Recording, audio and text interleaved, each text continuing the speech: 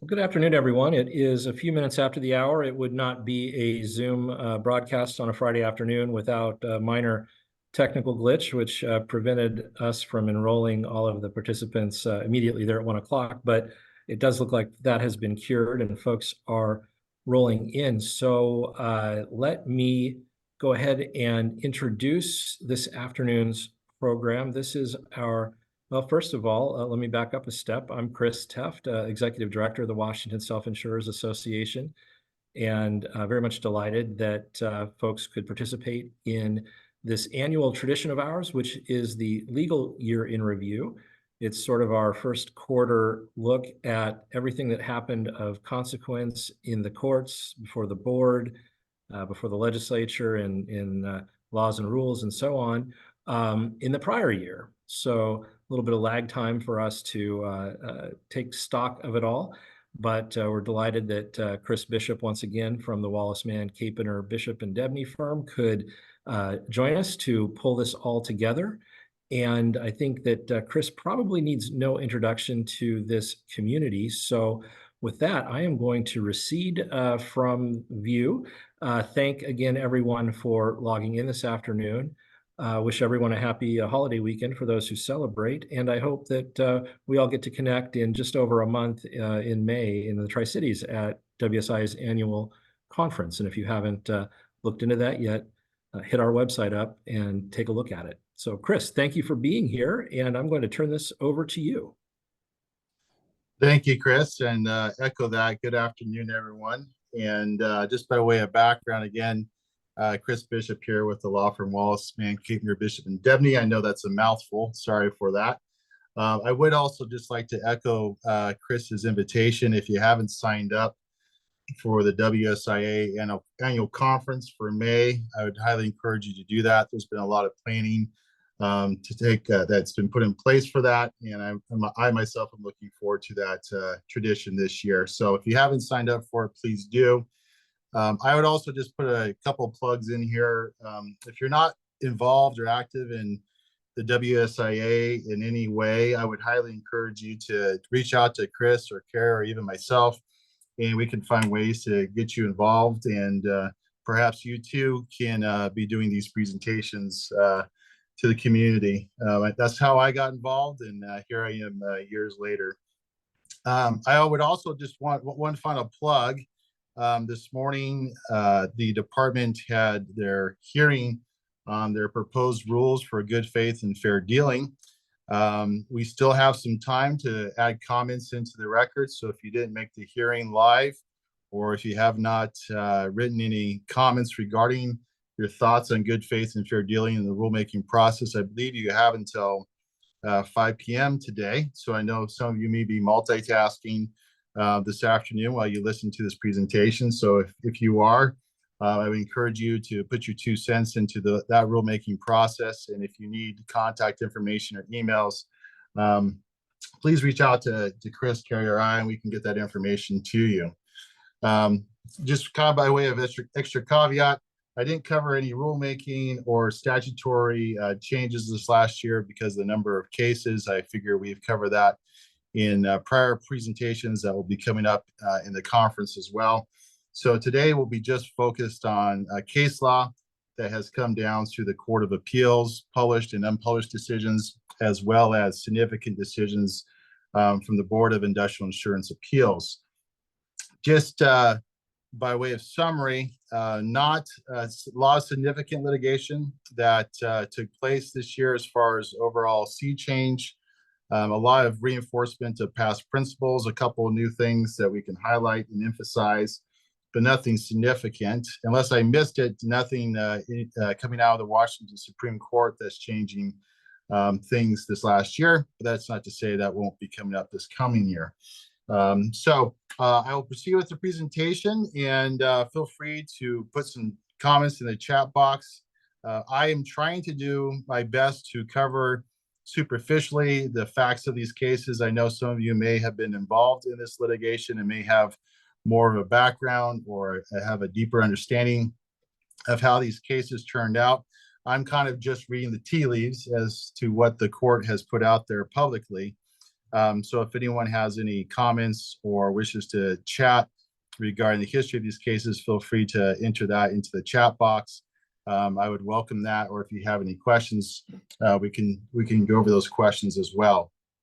Let's begin. I always start off with kind of breaking down how the Court of Appeals is divided up into three different divisions. You'll see in most of the cases that came out this year, we had decisions primarily from Division 1 and Division 2. That's where most of the litigation appeared to have taken place significantly in the last year. Not a lot coming out of Division 3, the east side. So there's the breakup, and you can kind of see how that's where your favorite claimant attorneys might be situated. So let's go over the published Court of Appeals decisions first and foremost. For those of you who are not familiar, there is a difference between published and unpublished decisions in the appellate courts. Published decisions have precedential value, which means that the courts are bound by, in that division, are bound by their decisions in that case. Unpublished decisions, which we will go through later, are persuasive authority, which means there might be discussions, an outline of thoughts or dicta that the courts put out there that may be persuasive for future cases, but aren't necessarily binding or have a precedential value going forward in that division. So we're going to start off with the published cases first. And the first two cases that we're going to cover today are going to be involving our favorite statute as of late, the firefighter presumption statutes. Those statutes, since their change in 2018, have involved a lot of significant litigation over the ensuing years as to how you interpret those statutes, who qualifies under those presumptions, whether attorney fees and costs are afforded to that provider or that worker and their attorney under the statute. So it shouldn't surprise us that there were a couple cases that came out this last year, further interpreting those statutes and giving us guidance and direction on where we go. The first one of those decisions is the DeYoung v. City of Mount Vernon. In this case, the worker was a firefighter. He worked for the city of Mount Vernon from approximately August 2005 to November 2017. Prior to his termination of employment, it was undisputed that the worker developed post-traumatic stress disorder and related symptoms while working as a firefighter. This again was pre-2018 amendments. Those amendments took place on June 7, 2018, as a reminder.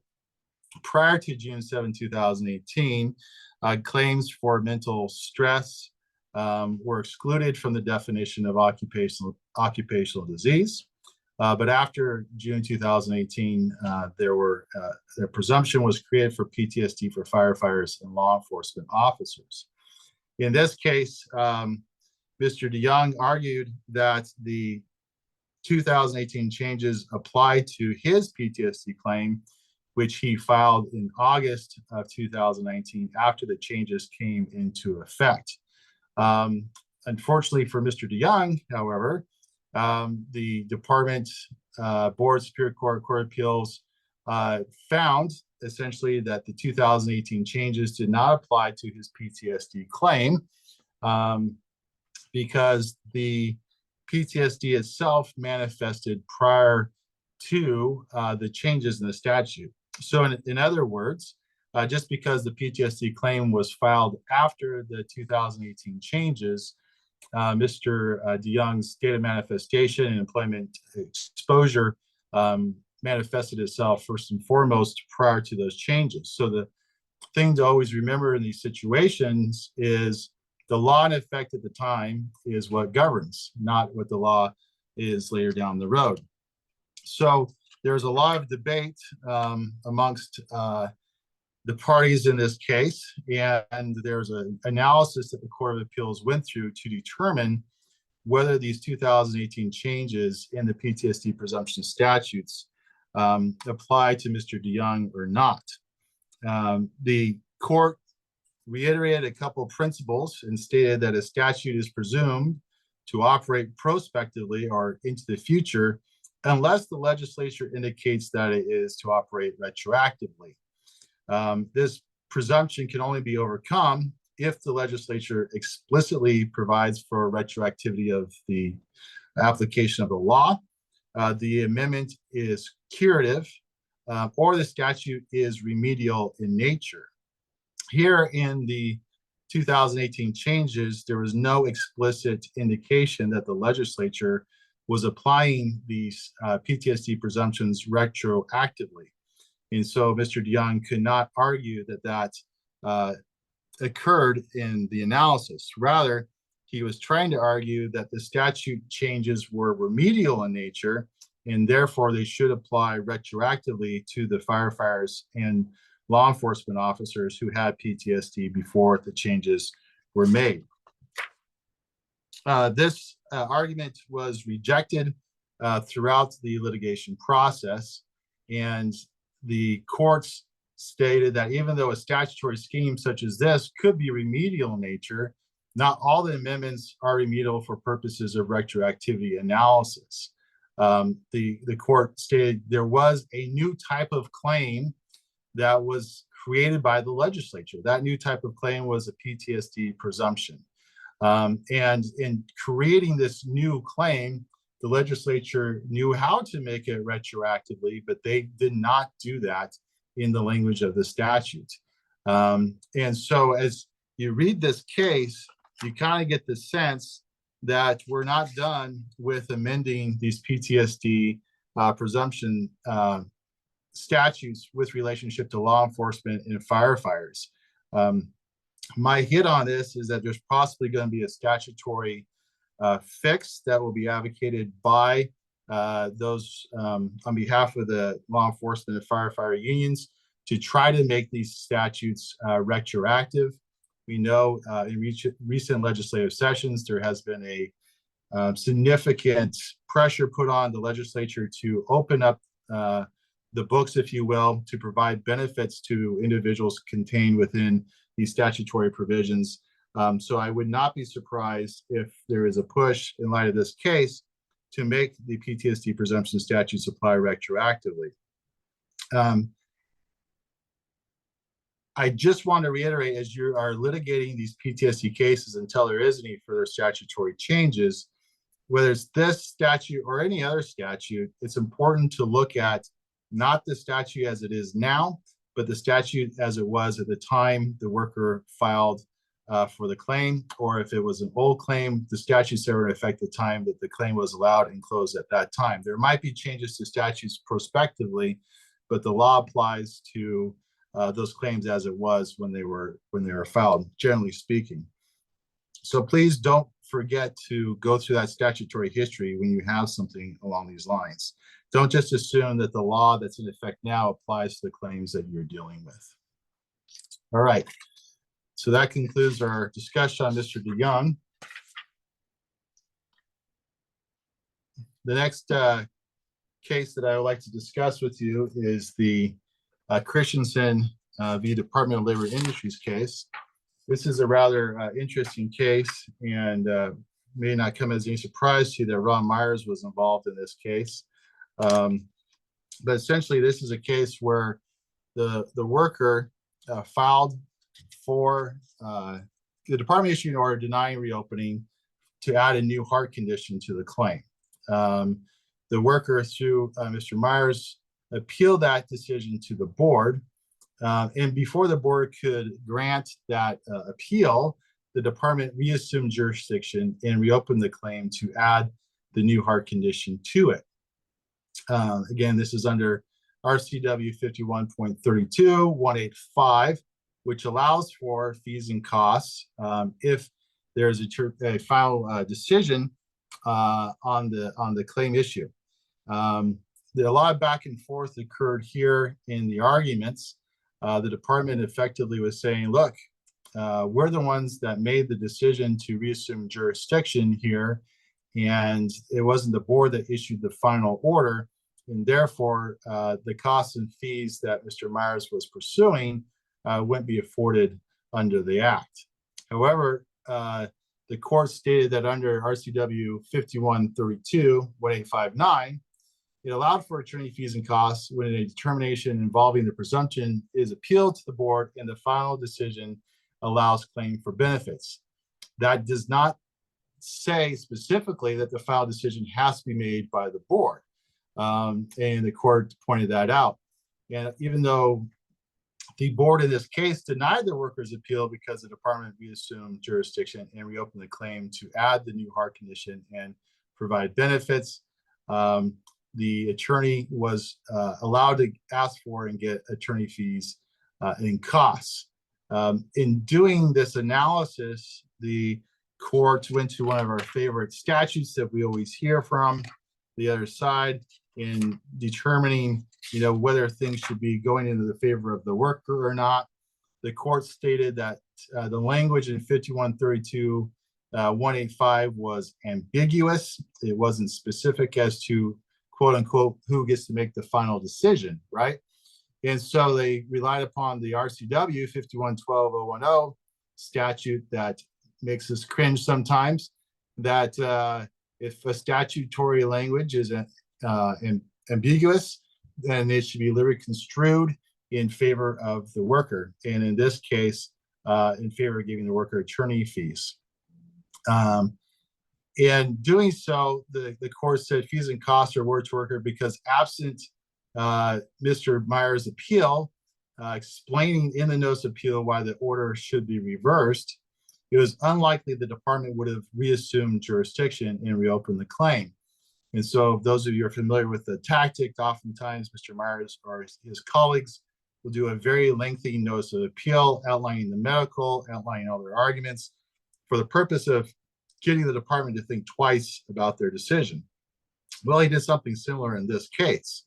And because of all that noise that was created in the notice of appeal, the department decided to reassume jurisdiction. There's language in this case that if you're following the debate on good faith and fair dealing, I think is relatively on point and kind of speaks to how the courts are looking at the statutes involving firefighter and law enforcement presumptions, and perhaps how they may interpret those statutes and other statutory presumptions involved in workers' comp. And I just want to read this quote to you, as I find it pretty telling what we're facing. The court said, quote, "We acknowledge that our reasoning may incentivize workers to immediately appeal denied claims to the board, rather than first petitioning reconsideration with the department. But it will also incentivize the department to avoid decisions that will require workers to bring appeals and to reconsider decisions on its own initiative to avoid unnecessary appeals to the board," end quote. You can read that quote in many various ways and come away with different interpretations of what may be what the court really is saying there. How I read that, and especially in light of the good faith and fair dealing that we are confronting on this issue, is that essentially the court is signaling that the department should almost default to allowing these sort of claims to avoid unnecessary appeals. And it should be the burden of the employer to prove that the presumption needs to be overcome. But signaling to the worker and the employer that it's probably best the department not engage in incentivizing unnecessary litigation and just allow these claims. And certainly we, in our office, have seen the department effectively allow any presumptive PTSD claim for law enforcement and firefighters based upon essentially that the presumption exists, and even when we do have significant evidence, the department's going to default to claim allowance.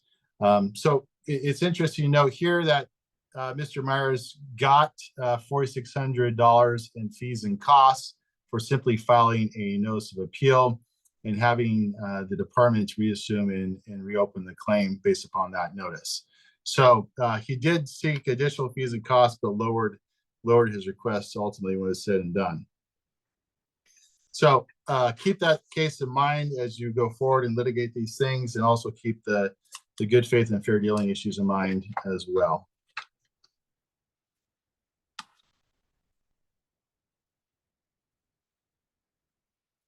Okay, we'll next turn our attention to the subcontracting concepts in Duarte Monzi case.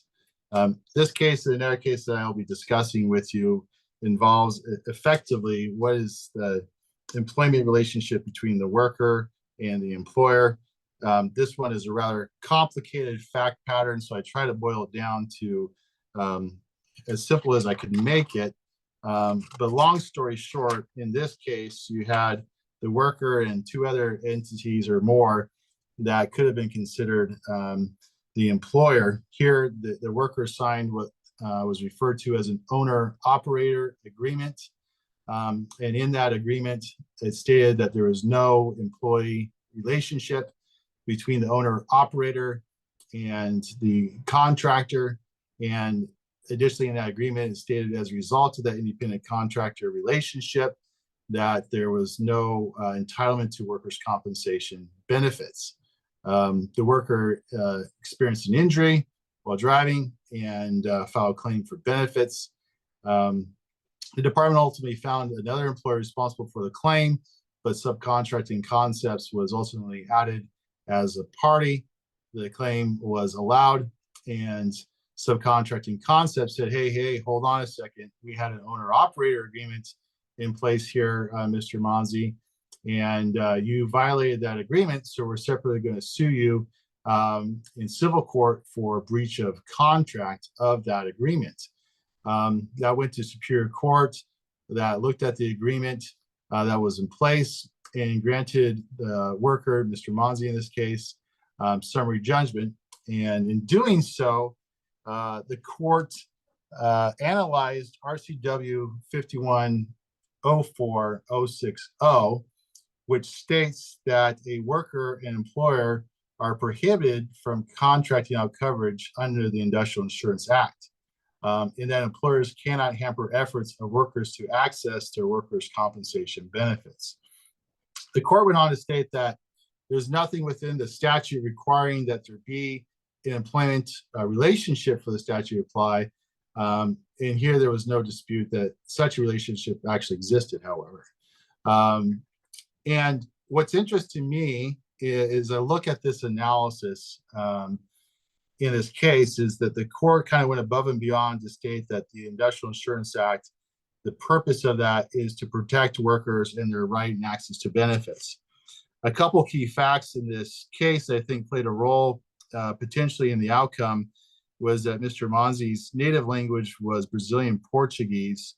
The website informs that he was supposedly provided for entering into this owner-operator agreement were all performed in, or all provided in English. And there was no real indication that Mr. Monzi fully understood the kind of contract that he was entering into. And so I think oftentimes that plays a role in the courts determining whether they should be more lenient towards the worker or not, these kind of things. It's interesting that the subcontracting went out of their way to file a breach of contract claim in Superior Court to try to say that they are money back because they had a contract. And the court said because there's broad policy behind the Industrial Insurance Act to protect workers, it would be incongruous to allow for a breach of contract claim against a worker for signing a provision that is pro tanto void. In this case, it's a also instruction as to how we can be dinged for significant costs and attorney fees. Brian Wright was the claimant attorney in this case, and in this case, he asked for a significant amount of attorney fees, almost $65,000. Well, if you factor in costs and fees, it was over $65,000. And this is one of those cases where the court used the lodestar method, looking at the number of hours reasonably expected in this kind of litigation, multiplied by a reasonable hourly rate. So it's a word for the wise that if you're going to be entering into these owner-operator independent contractor agreements, that you do it the right way, and that if for whatever reason it comes out that the employee is found to be under the Industrial Insurance Act versus an independent contractor or non-employer, non-worker, that there could be significant costs and fees if you try to enforce that sort of contract in the workers' comp setting. As I read this case, a couple of questions come to mind for me. Even though they don't come out and say this explicitly, the court does talk about agreements between employers and employees that may limit or provide less access to benefits through that agreement that would otherwise be afforded to the worker. In our practices, and I know in many other practices within the industry, we often enter into what we call sidebar agreements. Those sidebar agreements are effectively settlements between the employer and the worker to resolve disputes on various issues involving time loss, permanent partial disability, claim closure, that sort of thing. I have never had any sidebar agreement be contested at the department, the board, or superior court. But if that were ever to take place, this case would suggest that they would take a very significant look at that sidebar agreement that was in place and potentially what took place there. And I only put that out there as I'm not sure how this will go forward. I know that opposing counsels do like sidebar agreements, so I don't see them contesting those, but there could be a situation where that occurs, which would cause us to favor more leaning towards CRSA type agreements that are recognized by the department and by the board. So just a word for the wise, if you're entering into any sort of contract with a worker that may compromise benefits, this case is instructive in that regard.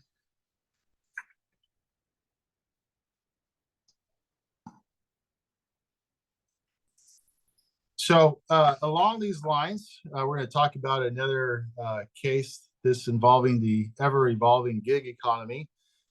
Gig economy, you're talking DoorDash, you know, all those kind of services that deliver things to your house because we like to sit at home and shop and have things done for us. And in this particular case, it involved a company that I will just call Rover, and involved Rover was an online operating platform that allowed for pet service providers to enter into agreements with pet owners to provide services to those pet owners.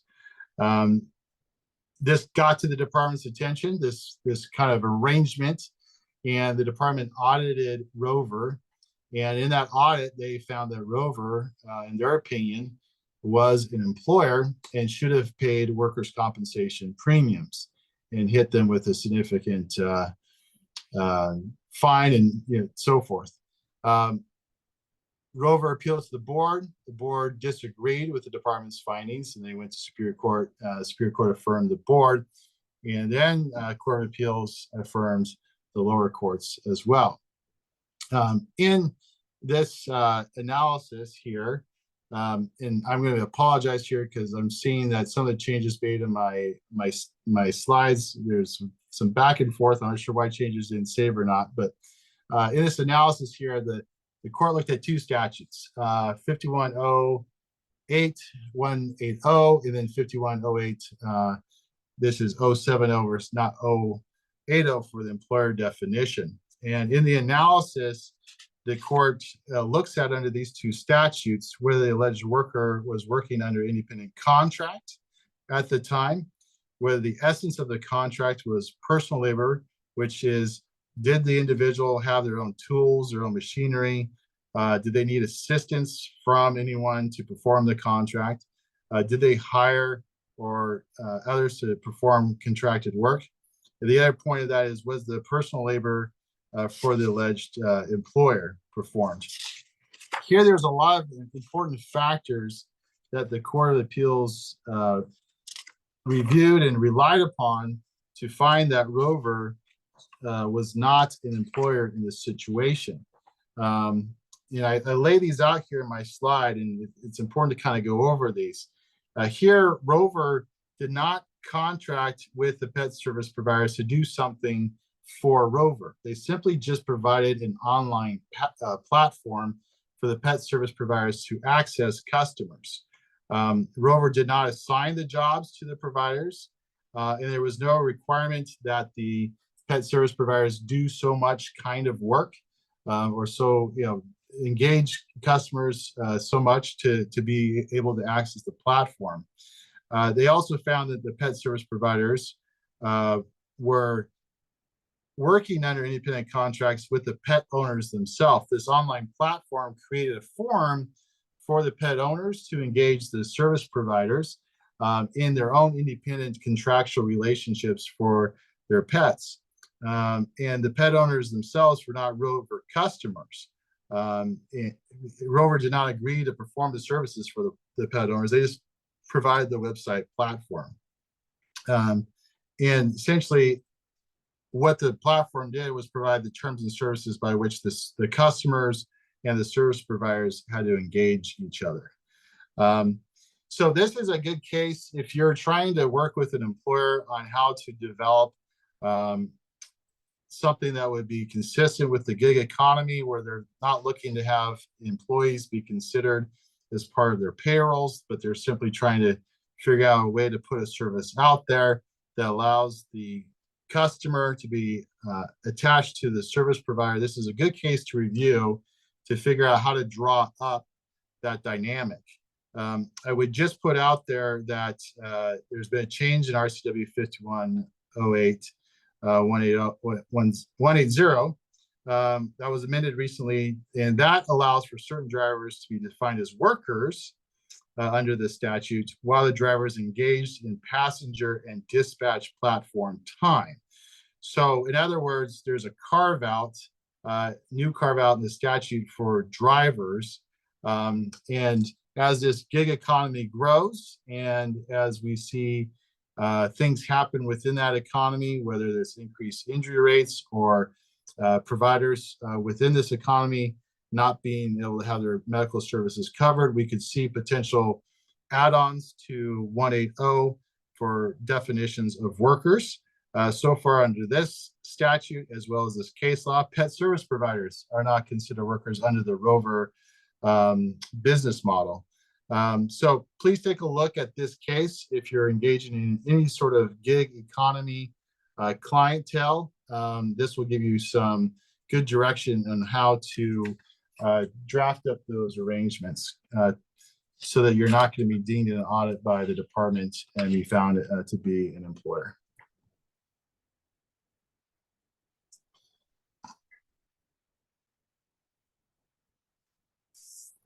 Okay. We're going to switch gears here and talk about treatment as aid to recovery. This is a rather significant case, I think, for our industry, and in fact, in my opinion, is probably one of the more significant cases that came out of last year, and it became published, and it's going to have precedential value as we go forward in how we treat these kind of situations. So I want to kind of go over the fact scenario here because it's so much intriguing as to how it could apply to claims that you may have or that you're looking at right now. So here we have a school district employee who suffered an injury to her left ankle, underwent an ankle replacement surgery, and a few years later, the worker claimed that her industrial injury necessitated a left knee replacement. Litigation apparently ensued as a result of that request, and the Board of Industrial Insurance Appeals authorized the knee replacement under the claim as aid to recovery. And so that's interesting. In that litigation, the board disagreed and concluded that the knee condition was the result of natural progression of degenerative arthritis. So the cause of the left knee condition was due to progressive degenerative arthritis, but that the knee replacement was needed nonetheless under the claim pursuant to WAC 296-20-055, the rule for aid to recovery. And so as a result of that litigation, you had a situation where the board found that the underlying condition was not claim related, but the need for treatment, which was rather significant, total knee replacement was going to be covered under the claim. And so that was covered under the claim, and eventually the claim closed because the left ankle condition that was the claim was originally allowed for became fixed and stable. And so there's a lot of litigation that took place in this case regarding where the claim should have stayed open, because the doctor in this case, I believe it was Dr. Mark Merrill of the Tri-Cities area, was advocating for additional surgery for the left knee, not the left ankle. And that doesn't surprise me with Dr. Merrill, having worked with him a lot over the years. But nonetheless, he was advocating, and the worker was wanting additional treatment for the left knee. Again, that was covered as aid to recovery. In the analysis, it's important to note that the court took a significant look at WAC 296-20-055. Again, this is the aid to recovery. And there's a couple things in that rule that I just kind of want to quote to you for your consideration. It reads, temporary treatment of an unrelated condition may be allowed upon prior approval by the department or self-insurer, provided these conditions directly retard recovery of the accepted condition. The rule goes on to state that the department or self-insurer will not pay for treatment of an unrelated condition when it no longer exerts any influence upon the accepted industrial condition. When treatment of an unrelated condition is being rendered, reports must be submitted monthly, etc. So ultimately, the court came out and said, in order for the worker to prevail here, she had to show that the need for additional left knee treatment was continuing to retard the recovery of the accepted left ankle injury and replacement that occurred under the claim previously. In this case, the court found that the record was void of any evidence showing that the worker's knee injury was impairing the healing of the ankle. There was a consensus amongst even Dr. Merrill, as well as IME doctors, that the left ankle replacement and subsequent treatment for that condition had reached the state of maximum medical improvement or medical fixity. So the condition for which the claim was originally accepted for was fixed and stable. And the court said that under the WAC, once the underlying industrial injury was fixed and stable, then no other condition that could be deemed retarding recovery, because the condition was already fixed and stable. So in other words, the court is saying here that even though the school district may have been responsible at one point in time for the aid recovery of the left knee to the point where it had to be replaced under the claim, that they were no longer going to be responsible for that left knee condition as long as that left ankle condition for which the claim was originally allowed and covered in a claim was medically fixed and stable. There's no evidence that the left knee was retarding that recovery. That recovery had been completed. The worker in this case made a couple of arguments saying effectively, well, hold on a second, we have to look at the wonderful case of Moffitt that we all are familiar with. And under Moffitt, the left knee replacement and related treatment is a compensable consequence of the left ankle condition that was allowed under the case. The worker argued that Moffitt does not distinguish between treatment meant to treat the condition allowed under the claim and the treatment performed as an aid to recovery. The court actually just rejected that argument. They said, the rule outlined in Moffitt states that the compensable consequences doctrine covers complications or aggravations resulting from treatment of the industrial injury itself. And unlike the facts in Moffitt, in this case, the industrial injury was not the proximate cause of the knee condition. The board authorized that knee treatment solely as an aid to recovery to heal the left ankle. And once the left ankle healed, then the aid to recovery ceased to exist as a responsibility to the employer under the claim. And therefore, the compensable consequences doctrine under Moffitt does not apply in that scenario. there was no statutory authority to essentially adopt what the worker was trying to argue. So a couple of things to keep in mind as you look at and analyze this case from my perspective. There are limits to the compensable consequences doctrine as discussed in Moffitt. It's important to understand where those limitations arise. It's important to know that if you are going to be authorizing treatment for conditions that are unrelated to the original industrial injury, but you're authorizing it as an aid to recovery, that in your template forms or whatever form you use to communicate to that worker that you're authorizing this treatment, make sure you say you're authorizing it as an aid to recover for the underlying industrial injury, and that you're not accepting that condition as under the claim. You're only authorizing the treatment as an aid to recovery.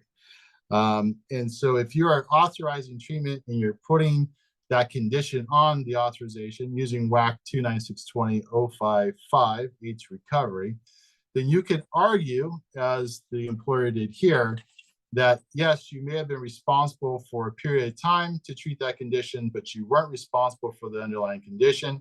And once the industrial injury is fixity, you're done treating that condition as an aid to recovery. The key is, in this case, in all cases going forward, is to ensure that you put on evidence that the industrial injury itself is fixed and stable, requires no more treatment. If the worker in this case would have successfully argued that the left ankle was not fixed and stable because, for whatever reason, the left knee was still acting upon it, causing instability, and the left knee needed to be fixed and stabilized for the left ankle to be stabilized, then there could have been a different outcome here. But there's some good lawyering done here. Kudos to that attorney and that employer for coming up with this distinguishing factor of Moffitt. So, Carrie, I don't know if you're still awake and alive. I'm going to take a quick sip to refresh do we have any comments or anything? We so far don't have any comments, but if anybody has any comments or questions, now's the time to throw them into chat while Chris gets a refresh on his beverage. Okay. That case specifically is one that we should be discussing and emphasizing going forward. If there's any case today that I present on that I want you to remember, it's that case, because I frequently see treatment authorizations that don't qualify as aid to recovery. In those situations, the employer has probably faced a Moffitt situation. They've authorized it without that qualification, and they could be responsible for that condition going forward, even if they thought in their head that they were only doing it as aid to recovery. They should be explicit about that. Okay, so let's move on.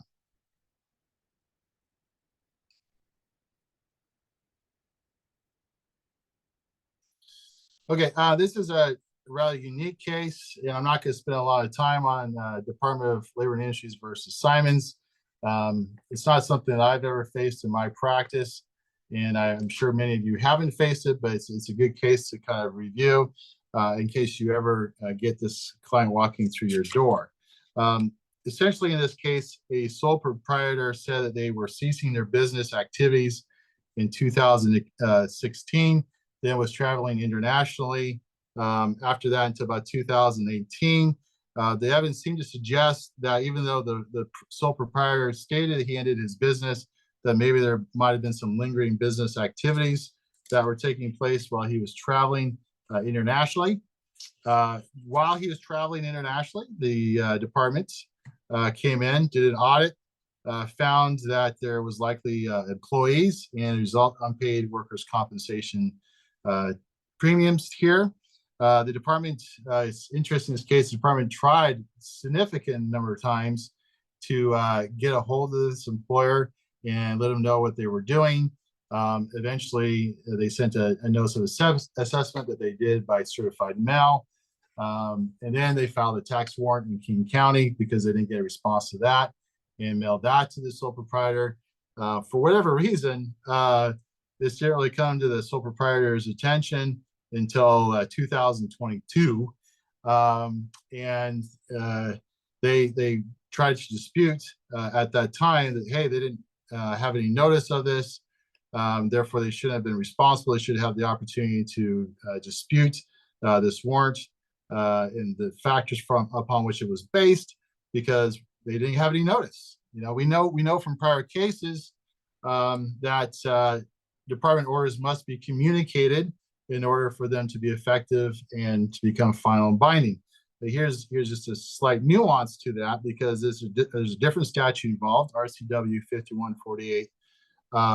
120 was unambiguous, stating that the notice, they only had to really track that they provided the notice. They didn't have to track that it was received or it was actually communicated. They only had to track that they sent it out and it went to the address it was supposed to go to. Under that statute, differentiated from other statutes such as 5152-060 that requires actual communication of department notices, here under the notice of assessment statute, it does not require the word communicated, it just requires it be tracked and sent out the door. I find one part of this case to be pretty funny, and I always appreciate how I find these nuggets in these cases, because the court's trying to make a point. So if you ever find a client that's trying to raise this argument that, hey, I was traveling internationally, I wasn't checking my mailbox, I kind of just left everything as is, and I came back years later and I found all this stuff and then I had to act on it. The court said there was nothing otherwise extraordinary about a person failing to check his mail when traveling. So in a notice of assessment situation, this doesn't apply to other department orders, it's very unique to this statute. You can't have an excuse like a worker under 060 saying, hey, I was out of the country for a matter of months and I didn't get the order. Well, notice of assessments are completely different. You could be out of the country, you could be whatever, but you better be checking your mail while you're out of the country, because if you're getting served these assessments, they might end up in a warrant. You might not be able to do anything about it as a result if you were checking your mail. So check your mail, I guess, is the lesson of that case.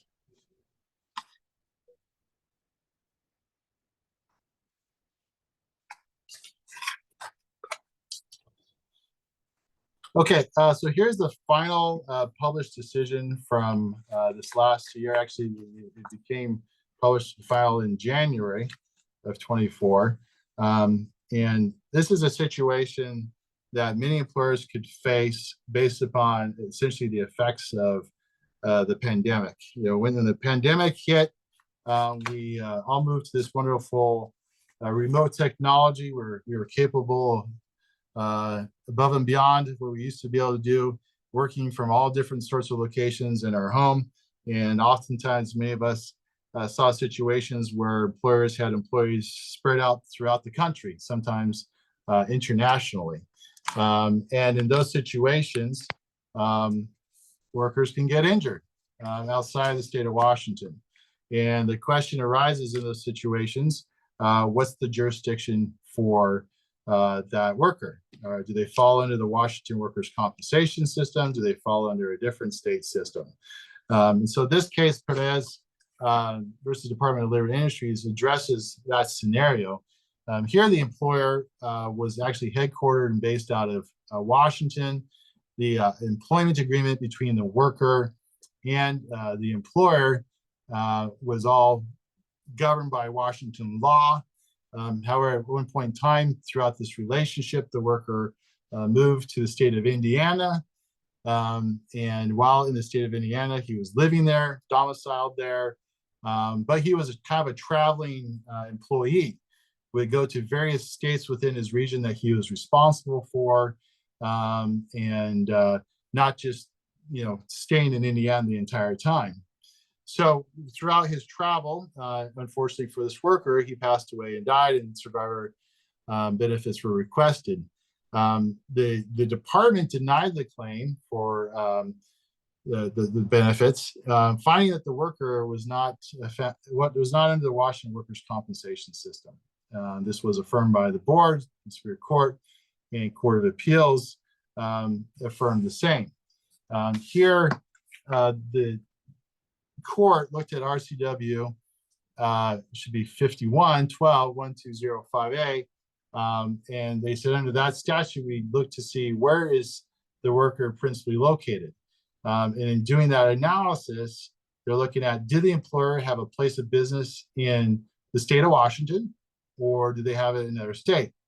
And was the worker regularly working at the place of business in Washington or from the place of business in the other state? So that's one analysis. You can't figure that out. You go to the second step. Was the worker domiciled in and spent a substantial part of working time in the service of the employer in Washington or the other state? The court here focused on the second prong, really, of the statute to find that the worker had a home in Indiana. That's where his family lived. That's where he had his remote office. That's where he operated out of. Yes, he traveled through multiple areas in his region that he was responsible for. But rarely did this worker ever return back to the state of Washington for any reason related to his work. He might have had the employment agreement to everything generating from the state of Washington, but the reality was he was Indiana based.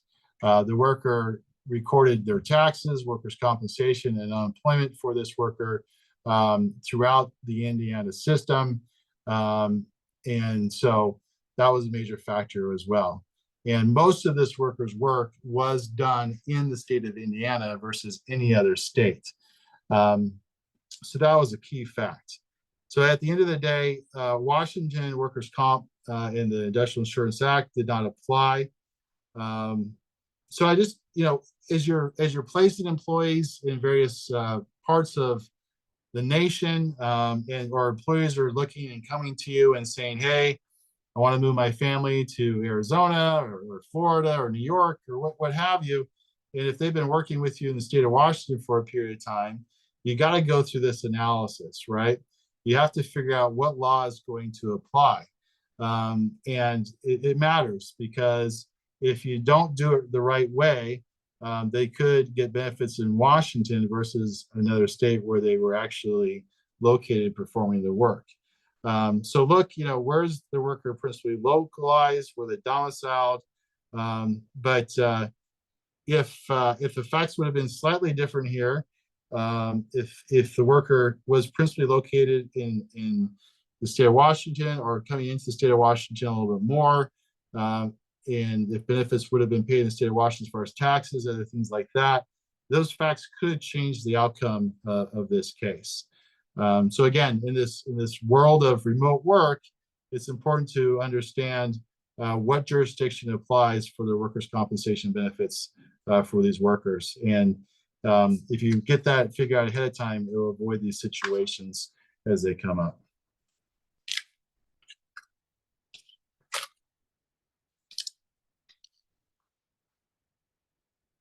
Okay, we're now going to move on to unpublished cases. And again, unpublished cases are cases that don't have much precedential value. We use them for persuasive argument, but the board's not bound by them, the department's not bound by them, and even the division is not bound by it.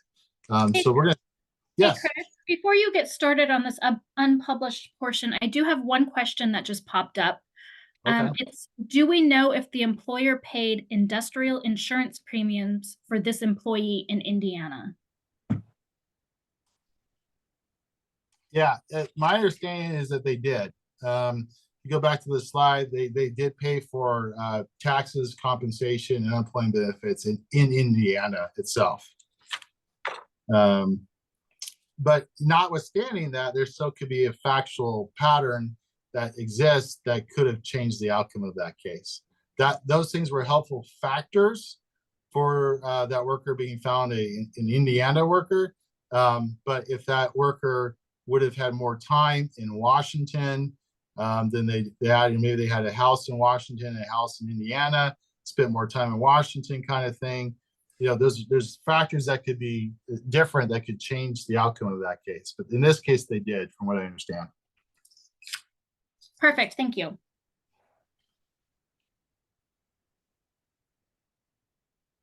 Good question. Okay.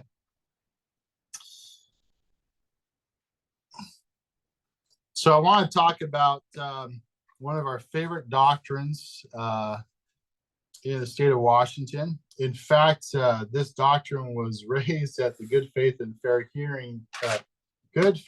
Dealing hearing this morning. With the claimant attorneys talked about how we just don't instruct IME doctors and the APs sufficiently on the doctrine of aggravation, the doctrine of lighting up, that our IME doctors are misled on this doctrine all the time and don't understand it. And because of that, essentially, IMEs that don't do it right way are doing it in bad faith. And anyways, there's a whole kind of argument that our IME doctors are purposely ignoring this doctrine. I don't find that to be true, but what I do find to be true is many people struggle with understanding the lighting up doctrine, understanding the aggravation doctrine that exists. And so even though this is an unpublished case, I think it's significant because it goes through the lighting up doctrine, goes through the aggravation doctrine, and it cites a published case, the Anna Zavala case, that I personally was involved in litigating way back in the day on this doctrine. And that case, Anna Zavala, has survived the test of time, has been quoted by this court, the board, and even I think the Washington Supreme Court in the past, and it's good case law. And here, there's some good lawyering that was taking place in arguing the limits of a claim using this doctrine. So long story short, we have an employee who's exposed to an agent while working for Boeing, experienced what he said was an uncontrollable coughing episode and shortness of breath. The facts of this case were favorable to the employer in that the worker was a lifelong smoker, had a diagnosis of reactive airway disease and chronic obstructive pulmonary disease, and also was using an inhaler prior to this exposure. The claim ultimately was accepted for reactive airway disease and COPD. The employer appealed to the department who reversed claim closure. The board reversed or the claim closed, saying that the ongoing need for treatment was not due to the exposure, but due to the pre-existing conditions. There was only temporary exacerbation of these pre-existing conditions. The Superior Court affirmed the board. There was a jury instruction on lighting up, amongst other things. Again, I'm just doing a superficial perusal of this, but there was a jury instruction that was at issue here regarding lighting up that the injured worker attorney took issue with. But the Court of Appeals took a look at that and ultimately sided in favor of the employer. So I want to read a couple of things that are significant to this case that you can use for your cases going forward. Keep in mind, in this case, the worker really downplayed the history of his respiratory condition before this exposure at Boeing, essentially saying he was symptom-free, didn't really have much limitations or disability from his respiratory conditions, and this was not a temporary, it was a permanent, essentially, aggravation of his condition. The court said, in workers' compensation cases, employees can be compensated when their disability has multiple proximate causes, one of which is the employee's pre-existing condition and one of which is the workplace event. So we oftentimes see in depositions or at live hearing proceedings, claimants' attorneys asking, well, doctor, isn't one of the causes of all the multiple causes, isn't one of those causes workplace exposure? And the doctors oftentimes, oh, yeah, one of those is the workplace exposure. But there's limits on this, right?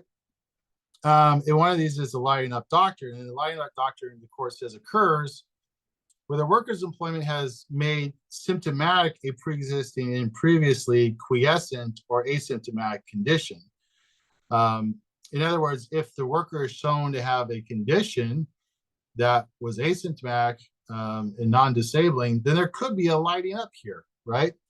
But a lighting up does not occur where the pre-existing condition is the naturally progressing condition that would have progressed to the same symptoms without the injury. In other words, whether a given disability is a result of an injury or solely a pre-existing infirmity is a question of fact.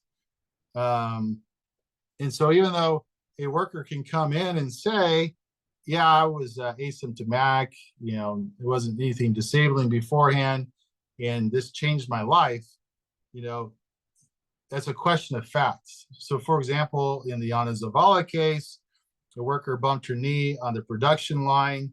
That knee caused a bruise or contusion, which resulted in a arthroscopic procedure to clear up some cartilage that was degenerative and framed, but the worker already had grade 4 changes in that knee, and the worker ultimately wanted a total knee replacement under the claim, and the department closed it, and she disputed that to the Court of Appeals, and we had no stitch of medical records in that case. She was an immigrant worker, and so we couldn't trace any medical records predating the date of injury. But what we were able to establish through the record is that an individual with those kind of changes in the cartilage, which were end-stage osteoarthritis, and she also had a fraying ACL, I believe, that those kind of changes, it'd be unlikely that they would be non-disabling. It'd be unlikely that she'd be asymptomatic, which she claims she was perfectly functioning with her knee before this injury. Similar to this case, you know, there's evidence put on that, oh, I had no limitations with my respiratory function beforehand, and therefore this is a lighting up deal.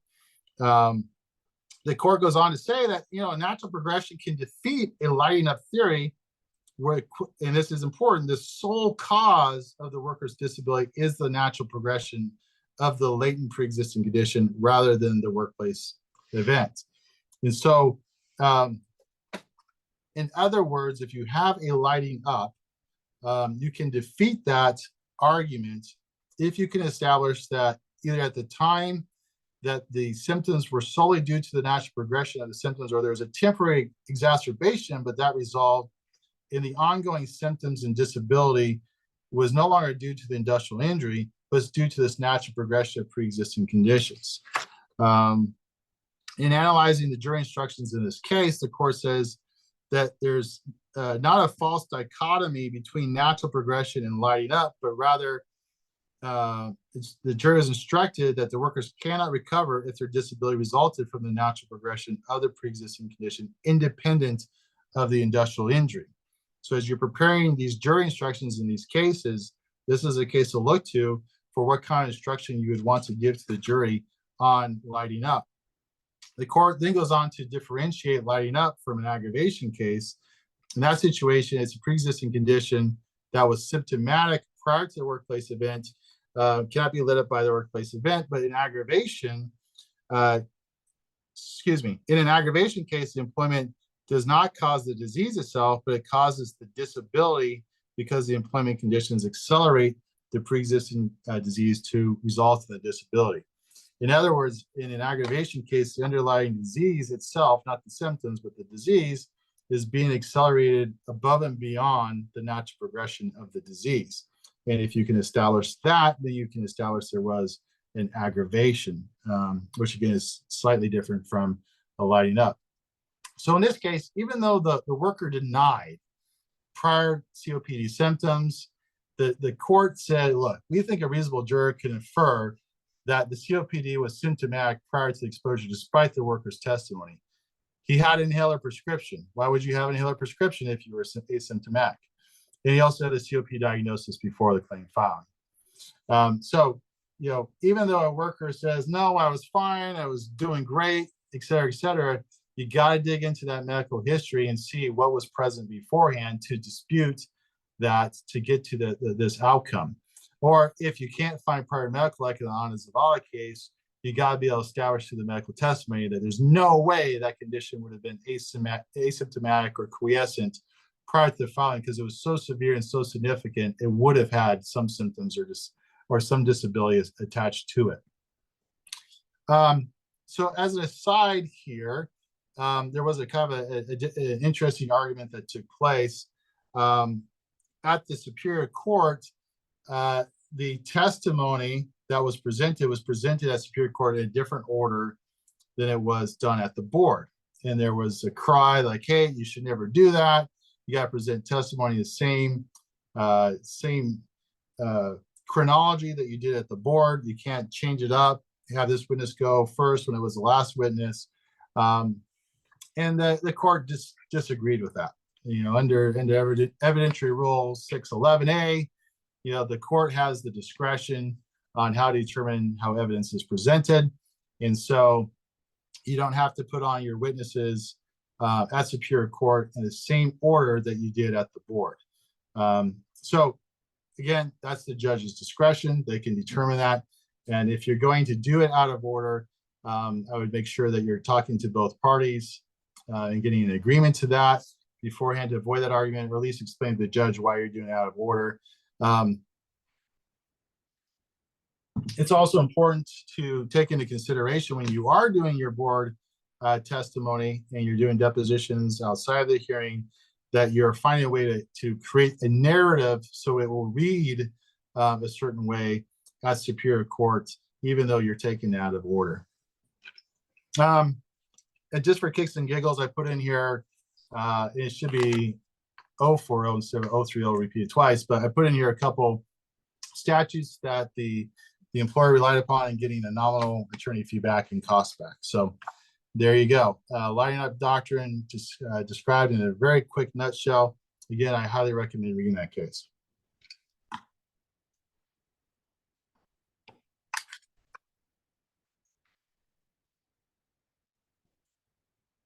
Okay, let's turn to the Alley versus Department of Labor and Industries case. This is kind of an interesting case to read in light of what I've heard this morning about IMEs and good faith and fair dealing, even though the worker was pro se.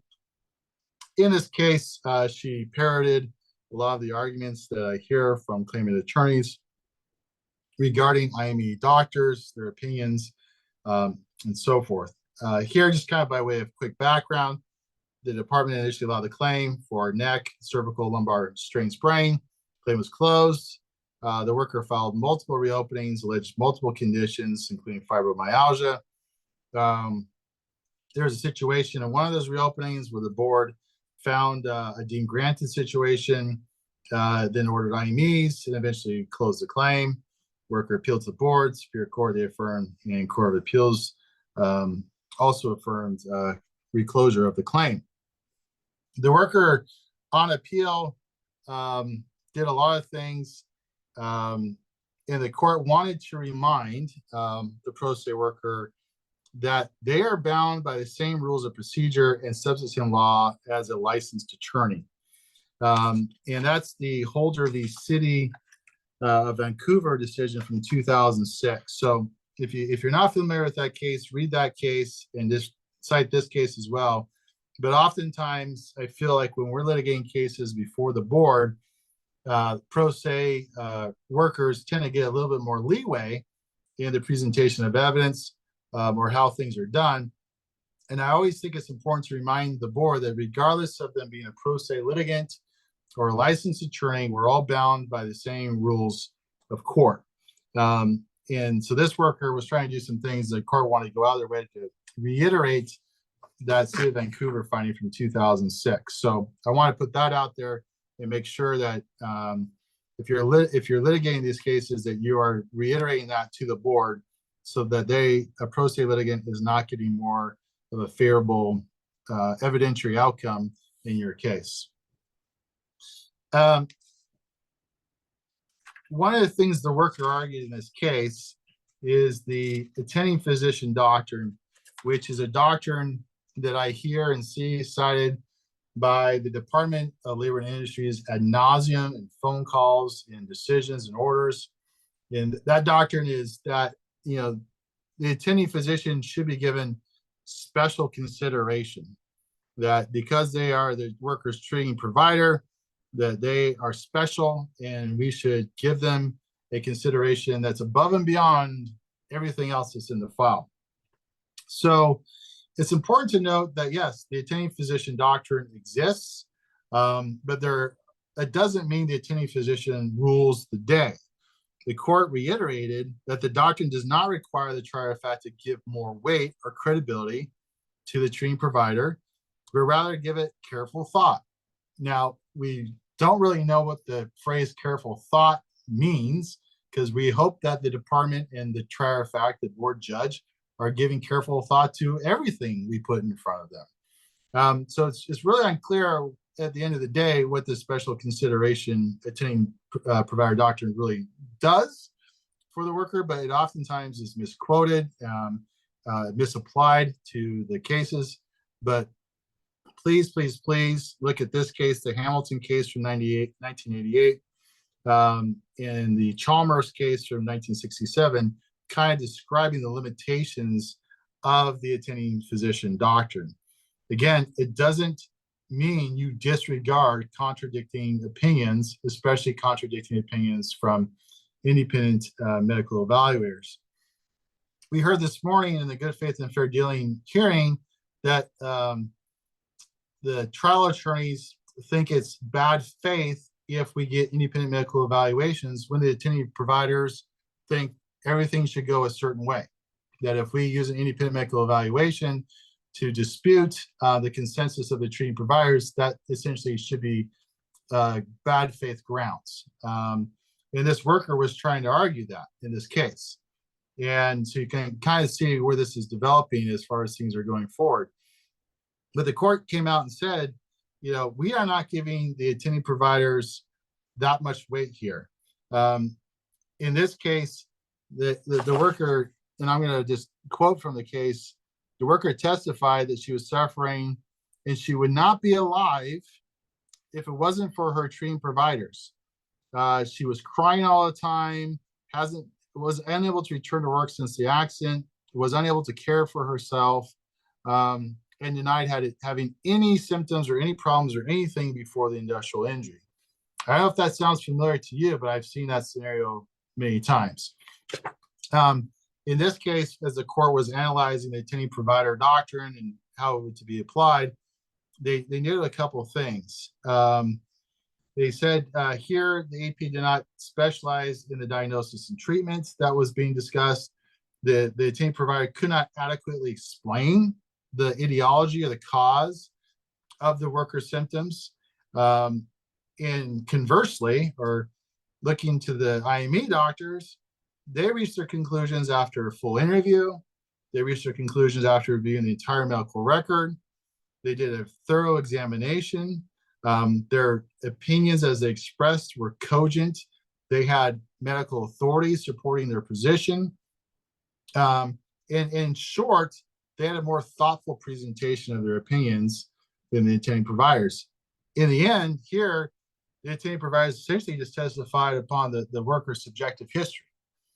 And they didn't really have much else to go on besides the worker saying she cries all the time, she's in pain all the time, and hasn't been able to work since day one. As I kind of think about this case, as you're litigating these cases, I want you to ask questions to the treating providers. Do you specialize in this area? Do you put yourself out in the community as a specialist in the area that you're testifying on? Have you reviewed this record, that record, that record, that record, that record? You know, go through all the records they haven't reviewed, and put them in that box of essentially your opinion is based upon what the worker's telling you, right? Yes. And then bring in your IME doctors to explain in a cogent, clear fashion the medical history and why the opinions are what they are. If you do that in a proper way, you tend to prevail, as what occurred in this case. I want to just a quick note here. As we go forward with these APs versus IMEs, we know that there's a statute in place. We know that there's a rule that just got implemented about IME recording. And I know there's been a lot of discussion and debate about, is it good, is it bad, do we want to do it? But I just want you to consider the following. I have been entering into various discussions, agreements with opposing counsels in IME settings. to do recordings. And I can tell you my initial experience with reviewing these recordings have been very positive. I found the independent medical evaluators to be very thorough in their evaluation and their gathering of the history. They come across very professionally, friendly, shaking hands, sometimes cracking jokes. Most of the time, down-to-earth kind of individuals. Quite the opposite of what I see them being portrayed as by my colleagues on the other side. So I bring that up because as far as my practice is concerned, I'm going to be using these IME recordings in evidence to show that my doctors have a recording of their exam. They're very thorough. They're very detailed oriented. The examinations are head to toe. And by the way, the attending provider has no such video documentation. And I'm going to be using that as an argument as I go forward to establish the veracity of our positions vis-a-vis the special consideration issues that we continue to face in these AP cases.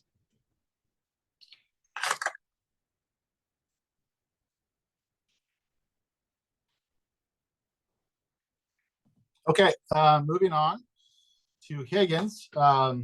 Higgins is a case that's been bouncing back and forth. I've seen the name, I've seen kind of this backstory a handful of times. I feel like I'm presenting on it every other year for one reason or the other.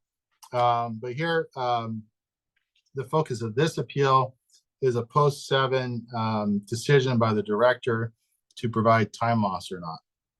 And so I want to kind of highlight the main points of this case, because I think even though this is a post-7 case, it kind of applies to any situation where a worker may be voluntarily removed or resigned from employment.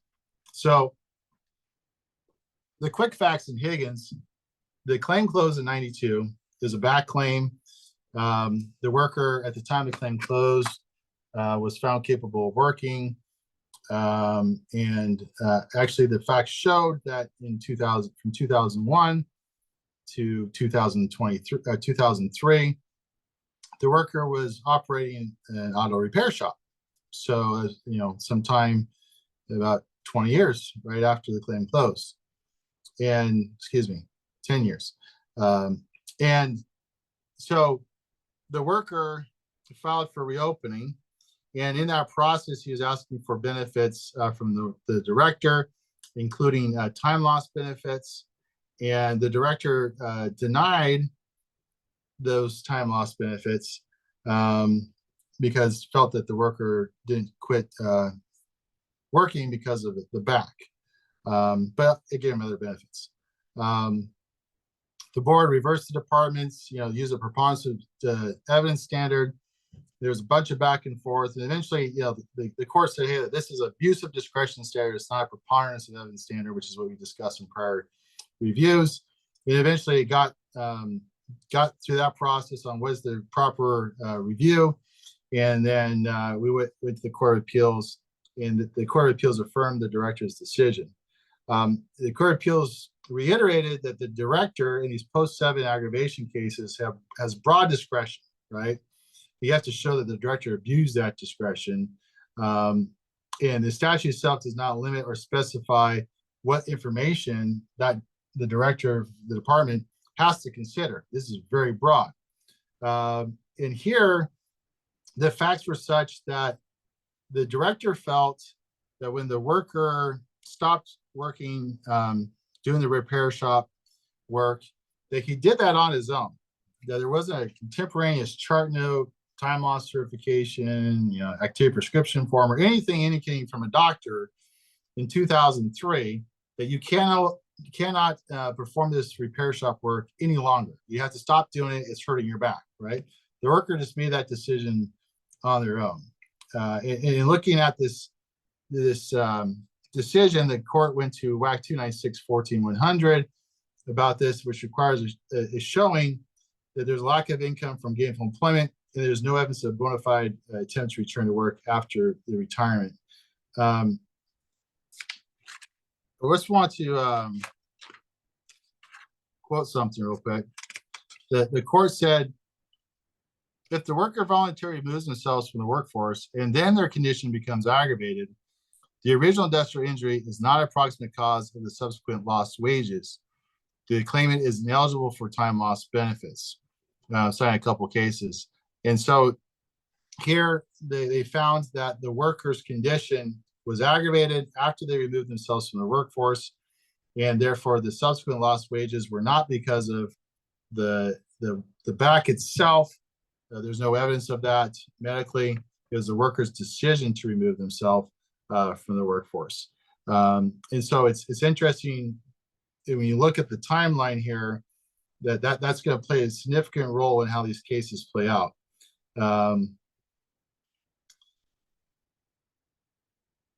When you have a case like this, I would consider getting certain admissions from the worker.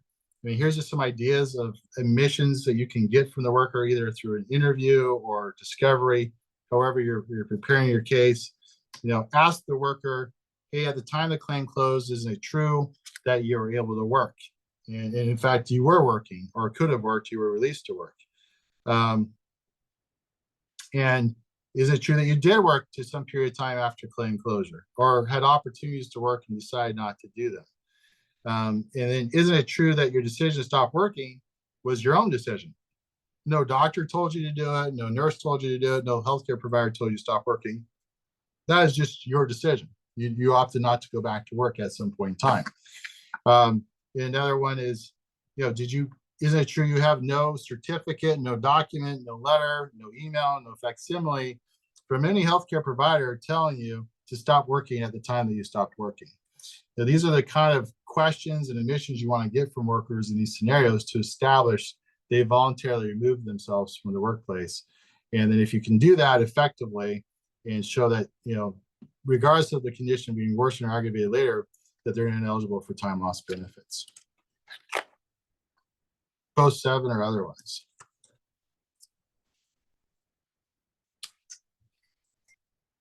Okay. All right. I'm going to readily admit I don't do longshore work. Never has come across my desk. I have a couple of friends that do it. Never really have been exposed to longshore in the Harbor Workers' Compensation Act. There might be experts out there listening to this that will laugh at me for trying to explain any of this, and feel free to do so. And feel free to comment where necessary, but I'm only going to spend a very brief time on this case because I don't know how often this comes up in anything that we do, but it obviously came up in this one instance to the point that it required the court to provide some sort of clarification. So here in this case, the deceased worker had a history of working at both a maritime place of employment and a non-maritime employer. As I understand from the facts, the later in time employers were non-maritime employers. The worker was exposed to asbestos and eventually died from that condition. There's apparently a lawsuit that was filed against one of the manufacturers of the asbestos, and there was a settlement, and that settlement was not approved by any of the maritime employers, which apparently under the Longshore and Harbor Workers' Compensation Act is required, or you might forfeit your longshore benefits if you go ahead and settle with the manufacturer without approval from the employer.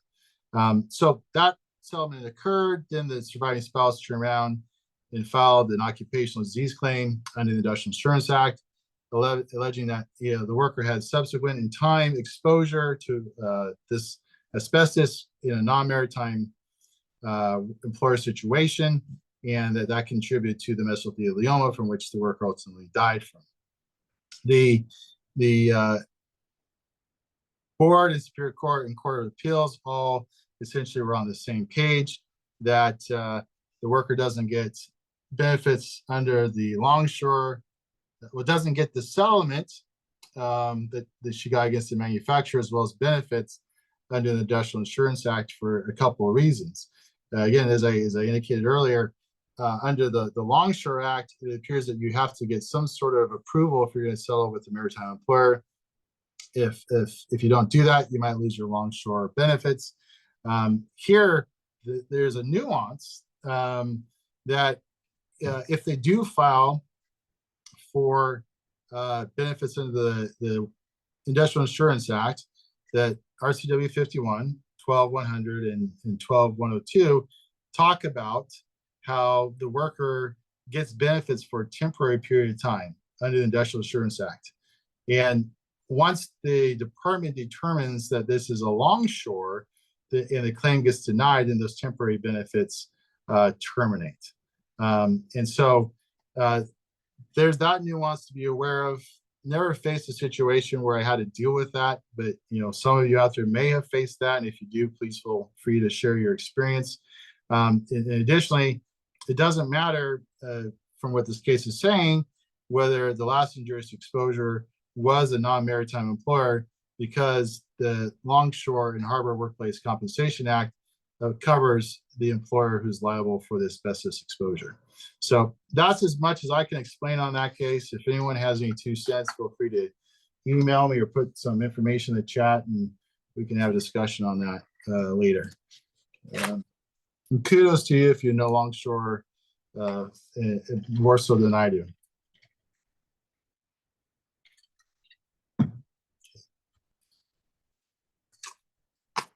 Let's turn to the next Boeing case, Conklin v. Boeing.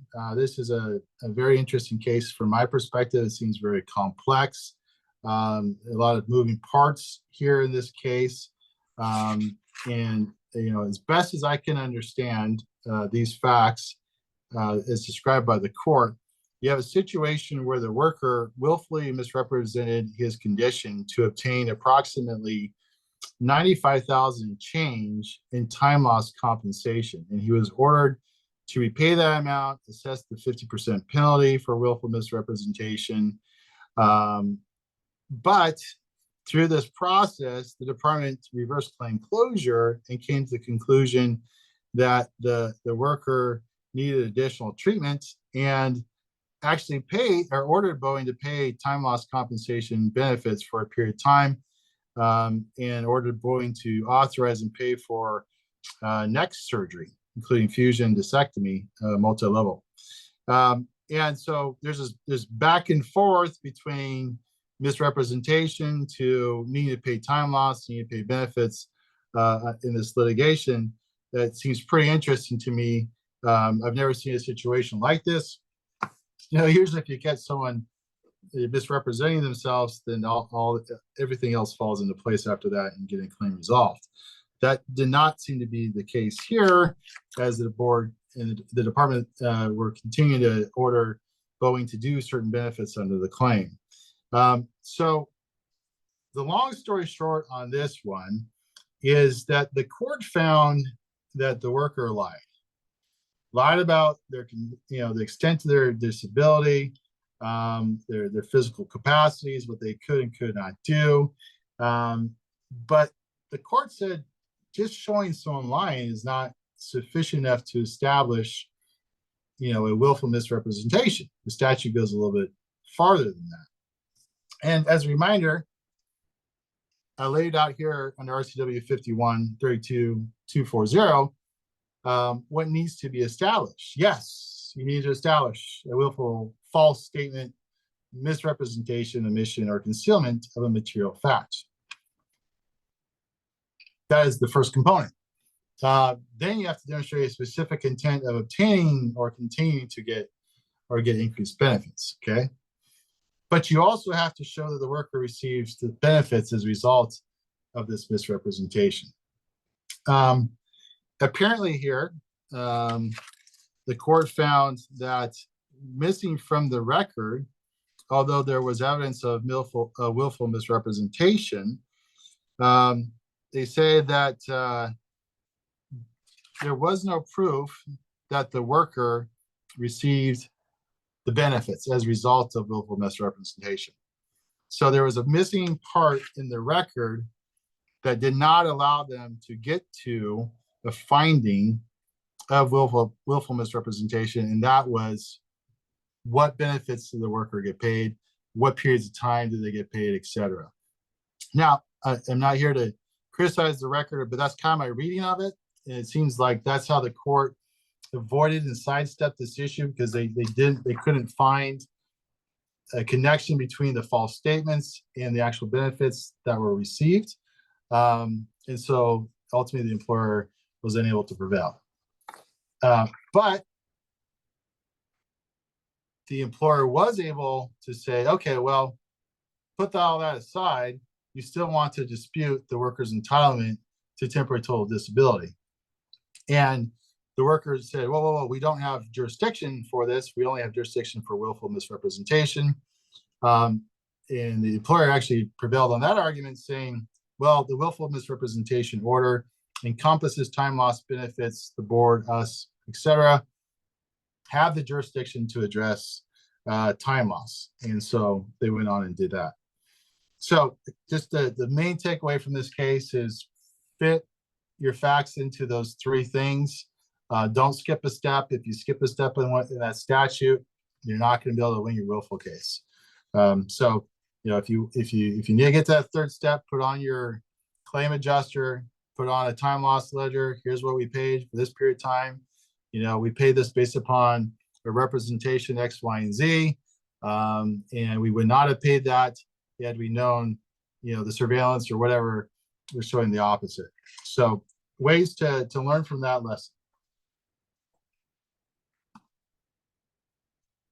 How are we doing, Carrie, on time and any comments? No comments as of right now, and you are looking at about 25 more minutes. All right, here we go. Again, not an area that I really love discussing or addressing. Whenever I get a Social Security question on my desk, I kind of just rub my head. I call Deborah Barr at the department and pick her brain on what she knows and doesn't know about Social Security offsets. Very complicated federal law involved here and a lot of different moving parts. But I'm going to do my best to explain this case, the West case, involving Social Security offsets. So in this case, the department ordered an offset to time loss benefits when the worker, when it was learned the worker was receiving Social Security retirement benefits, not disability, but retirement benefits, which is a key to this. The worker argued that under the federal concept and framework, statutory regulatory framework, that the state of Washington cannot get an offset against retirement benefits. They could only get it against disability benefits. The department disagreed, board affirmed, Superior Court affirms, Court of Appeals affirmed. This is an argument that's being perpetuated by the Bell Cross law firm, Tacoma. I've seen it in this case and other cases. I'm sure other attorneys are going to grab onto it and try to make some hay out of it.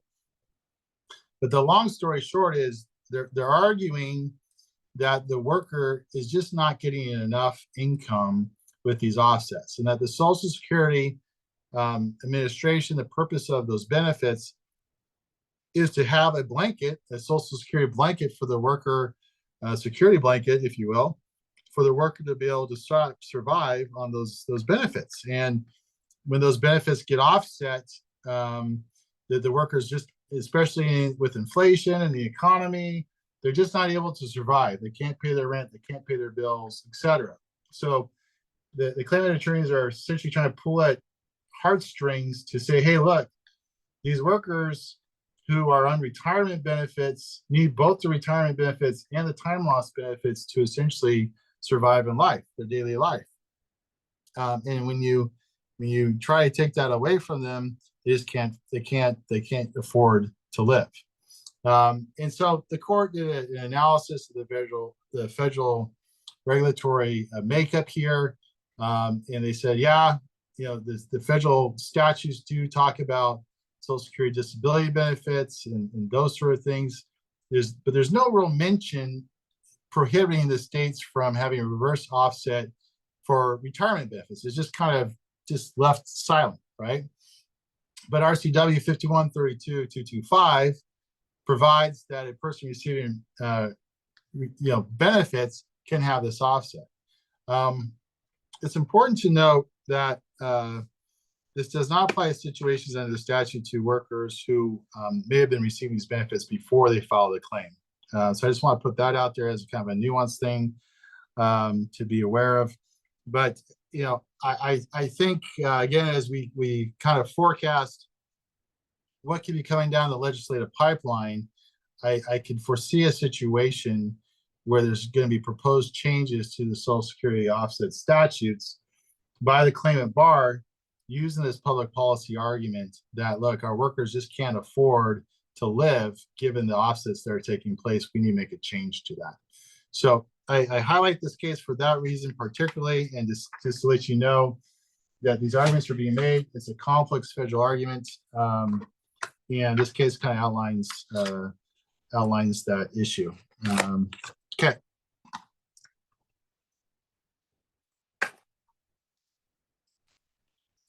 This is the last case. I'm not going to go into great detail on this one. That was coming out of the Court of Appeals, unpublished decision. Long story short, Washington State Patrol Trooper was injured.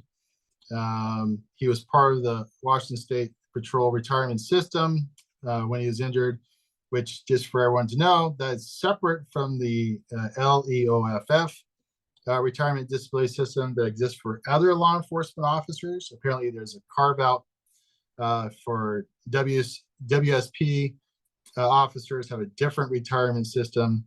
And so there's a lot of complex things moving on here. The worker's trying to figure out what system he applies to and what way he can get.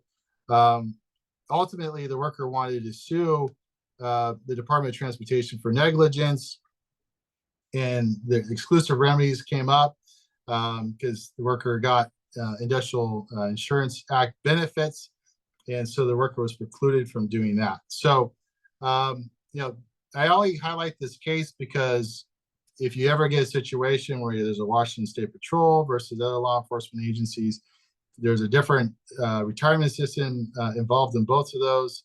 And just FYI for information, that if they're an LEOFF employee, they do have the right to sue their employer in tort, but Washington State Patrol employees do not.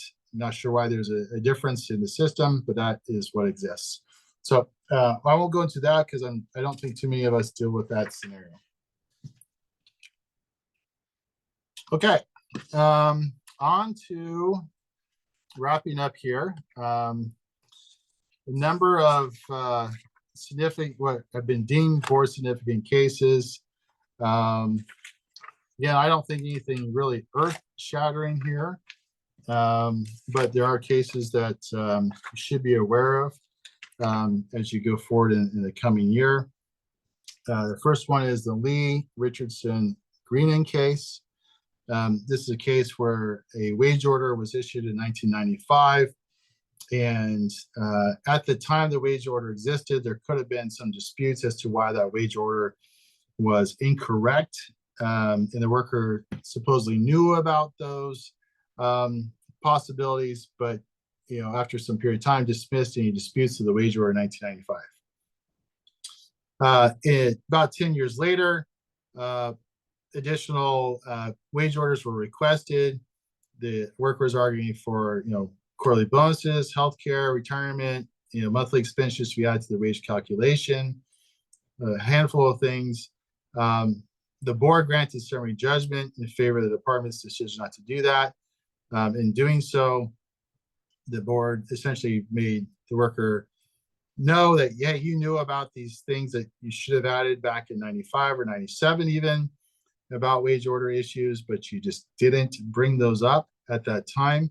And therefore you are collaterally stopped years later from trying to argue that your wage should have been recalculated based upon additional things that were not factored in 1995. Hey, Chris, can you advance the slide so that the people I am so sorry. Perfect, thank you. I just got so excited about wage orders, Carrie. As you should. So anyways, this is just a lesson in collateral estoppel, and the board saying, hey, look, you get one bite at the apple. I call this the one bite at the apple doctrine. You can't try to relitigate something that you should have litigated 10, 20 years ago. If you knew about an issue at that time, you should pursue the litigation. You can't come back and get a second bite at the apple and argue that that wage order should have been done differently. Just as an FYI, I see a lot more wage order requests being made specifically by claim attorneys as we get ready to close claims, or wage orders are not in place at the time. They make that request as a way to delay claim closures. So just know that these wage orders are becoming, from what I'm seeing, an increasing thing. But also know that we should make sure we can't go back in time either, right? If we see something that needed to be changed, we need to make sure we address that right away and not 10, 20 years later down the road. So just another example of collateral estoppel, being applied, and you'll see a lot of that in the case law over the last couple of years.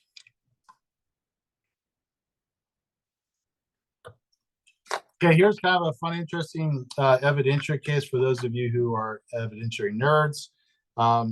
Essentially, in this case, there has been a practice in DOSH safety cases, if you will, of certain inspector reports of just being allowed into the record, that the party would do what we call an ER 904 index of exhibits to the opposing counsel. They have so much time to respond to that. If they don't, they can be deemed admissible, but you raise your objections. And in this case, ER 904 was sent off to the employer. They had the inspector's report, and there was an objection lodged to that report coming in as exhibit. The exhibit was admitted into the record, and the board said, no, you can't do that. Under ER 904, you're allowed to submit, I'm going to translate this to medical vocational just for our sake, that in workers' comp cases, you can submit ER 904 treatment records and those kind of things, but you can't submit forensic expert opinions in an ER 904 index. Those contain subjective opinions that are not admissible under ER 904. And so the court essentially said, similarly, DOSH inspector reports can't come in through ER 904 to establish that inspector's testimony. You're gonna have to call that inspector to testify, just like we have to call an IME doctor to testify. You can't just put the report into the record. So anyways, here's a quote that feel free to use from this case. I'm going to be using it. The board says the rules of evidence are not relaxed in administrative hearings before this board and our industrial appeals judges. In hearings before the board, the civil rules of practice apply. So again, hold the judge's feet to the fire. These rules should not be relaxed. Some judges are inclined to relax the rules, especially for pro se litigants. We've already established they're bound by the same rules, but use this significant decision to say, you guys have to use the rules. You're bound by them. You can't, do things at your whim. Like the judge in this case did, the board kind of slapped the judge's wrist, saying you can't just ignore the rules. Okay, that's the gist of that case in my mind.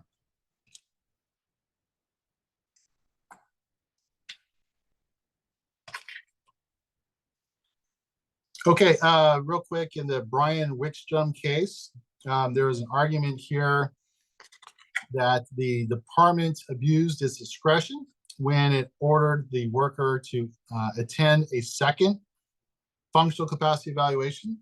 And for those of you who are not familiar, the functional capacity evaluations are different from independent medical evaluations. They're performed by physical therapists to determine the worker's physical capacities. For purposes of vocational services, et cetera, closing the claim. And here, the argument was the director abused the discretion by having a second functional capacity when one was already done. Long story short, functional capacity evaluations, as we know, are not independent medical evaluations. You can't go through the same independent notification process to get one under 5136.070. You got to find a different vehicle. The the board said functional capacity evaluations are allowed. They're allowed for vocational services determining physical capacities. RCW 5132-095, WAC 29620-01002 allow the authority to get these functional capacity evaluations. And when you have a dispute as to the worker's functional capacity evaluation, it's not an abuse of discretion to get a second functional capacity evaluation for purposes of clarifying the individual's physical capacities. So use this case if you have a functional capacity evaluation that's different from something that someone else is telling you. There's a dispute, petition the department to get a second one and see if that gives you a different flavor of physical capacities. But you are allowed to do that under these rules that I cite here, and don't let anyone tell you otherwise.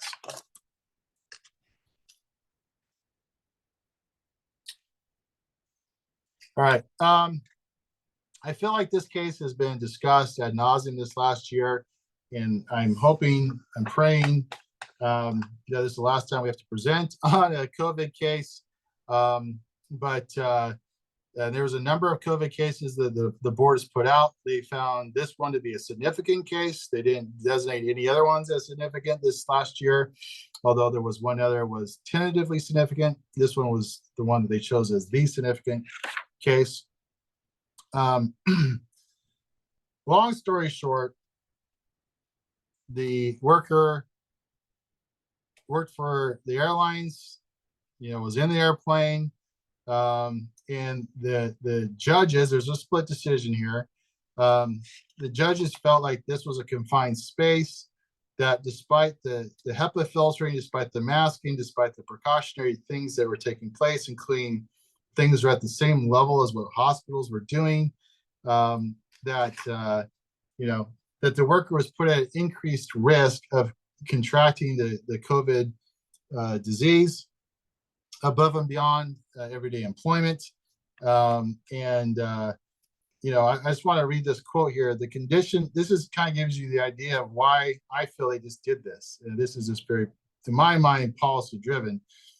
The condition of COVID-19 presents new and difficult considerations to the analysis of the criteria for an occupational disease. In our previous decisions that have addressed occupational disease claims in the context of infectious disease, we have held that communicable diseases are a function of everyday life rather than a distinctive condition of employment.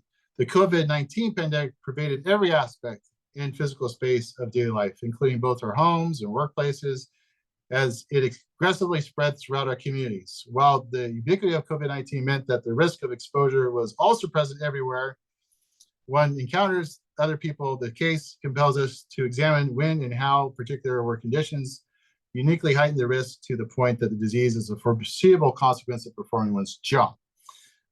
So you can kind of see just by reading that, the direction there we're going to do by making an exception for airline employees. Essentially the dissent by Jack Yang said, look, board, you're essentially erasing 30 years of communicable disease case law.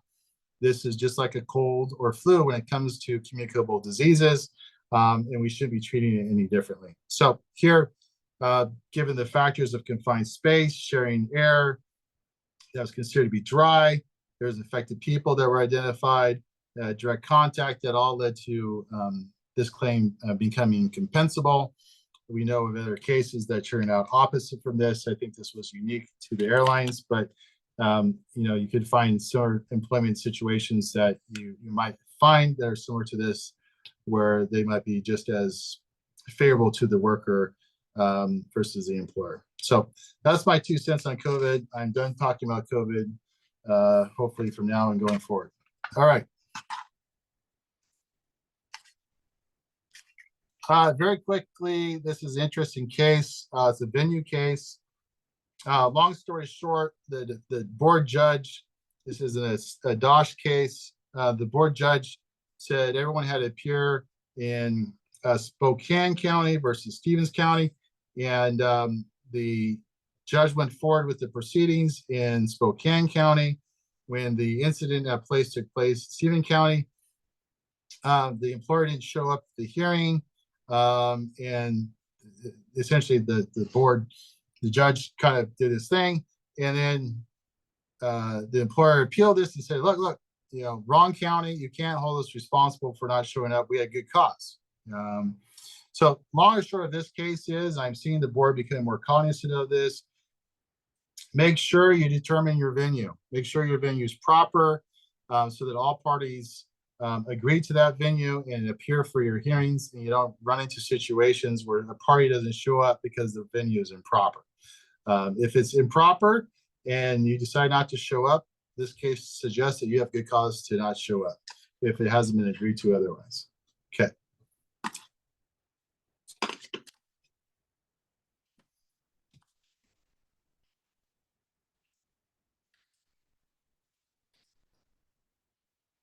The next case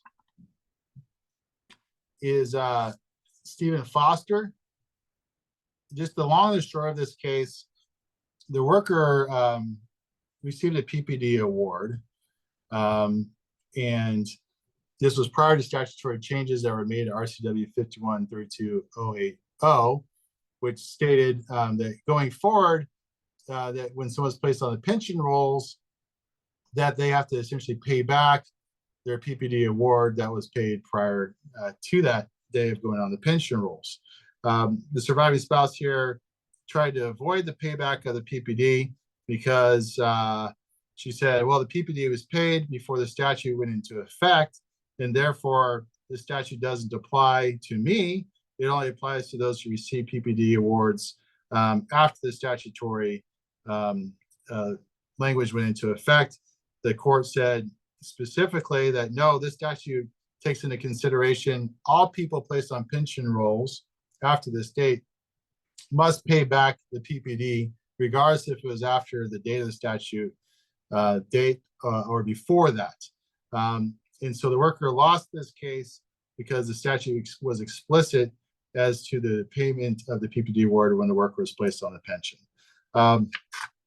Just kind of put some FYI stuff in here for those of you who might be listening, who would have to replace a client who passed away.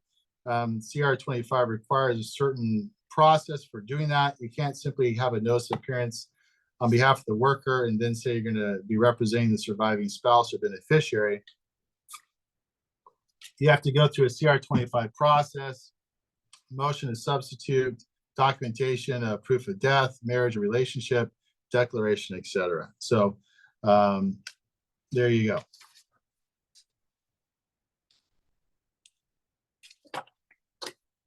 Last but not least, Michael Kilpatrick. I would just, for sake of time, I'm not going to go through this case in great detail, but all of us face situations, unfortunately, where workers enter into retraining programs, and that program gets interrupted for non-claim related reasons. And that becomes rather frustrating, especially if you're devoting a lot of time and money and energy into getting the worker retrained, and then for whatever reason, the worker is unable to complete that retraining program, and you have to start, restart, stop, go back and forth for some time before you complete that program. I've seen multiple retraining programs that start and stop going over years, and the worker still is unable to complete it. Here, there's a situation where the worker was diagnosed with cancer in the middle of a retraining program, which interrupted his vocational retraining for obvious reasons. The department was asked and actually did suspend time loss benefits for non-cooperation. However, the hearing judge reversed that, finding that there's no planned interruption. But the board clarified there was a planned interruption, but the interruption was interrupted for a good cause. And I'll just quote from this case to kind of wrap things up. It says, it's clear that Mr. Kirkpatrick did not engage in non-cooperation. He did not deliberately obstruct or delay his vocational plan by getting cancer and needing to treat it with 38 rounds of radiation, becoming emotionally distressed by it, and then needing several weeks of recovery time. His conduct was not deliberate or calculated to obstruct. Although his radiation treatment didn't actually start until a period of time, he was undergoing treatment in the fall of 2019 in preparation for the radiation. including attaching special markers onto his body. We find it reasonable that Mr. Kirkpatrick could not focus on schoolwork in the fall of 2019 due to the emotional distress caused by his cancer diagnosis and the prospect of the intense radiation treatment. So I've said this many times over the years, bad facts make bad case law. This case involved a very sympathetic individual undergoing cancer treatment. There were some factors where he did interrupt his vocational plan. There were actions taken by the worker himself that did not allow the vocational training plan to go as indicated originally. But when an individual gets cancer, has to go through that treatment, has resulting conditions emotionally or otherwise from that treatment, good luck trying to get the board convinced that there's no good cause to interrupt that plan. With that said, that concludes this last year's review. Thank you for enduring this on Good Friday with good weather outside. I hope I taught you at least one thing this year that you didn't know last year. Carrie, before we conclude, any parting thoughts or comments we need to address? Well, thank you so much for the presentation. For you attendees, on Monday, you will receive your certificate of completion for this, as well as a copy of the PowerPoint slides. So be looking for that to come on Monday. And again, just thank you, Chris. We really appreciate it. Thank you, Carrie. Have a wonderful weekend to you and everyone else. Sounds good. You too.